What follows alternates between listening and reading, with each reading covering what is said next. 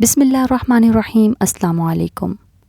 حضرت ابو ہریرہ نے بیان فرمایا ہے کہ آپ صلی اللہ علیہ وآلہ وسلم نے فرمایا کہ 7 طرح کے آدمی ہوں گے جن کو اللہ تعالیٰ اس دن اپنے سائے میں جگہ دے گا، جس دن اس کے سائے کے سوا کوئی سایہ نہ ہوگا۔ اول انصاف کرنے والا بادشاہ،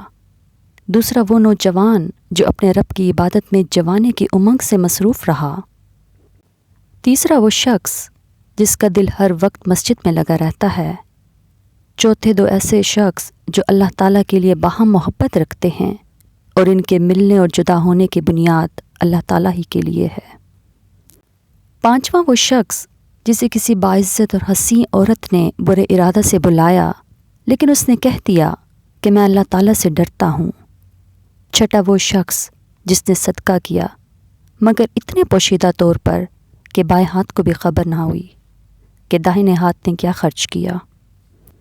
اور 7واں وہ شخص جس نے تنہائی میں اللہ تعالیٰ کو یاد کیا اور بے ساختہ آنکھوں سے آنسو جاری ہو گئے۔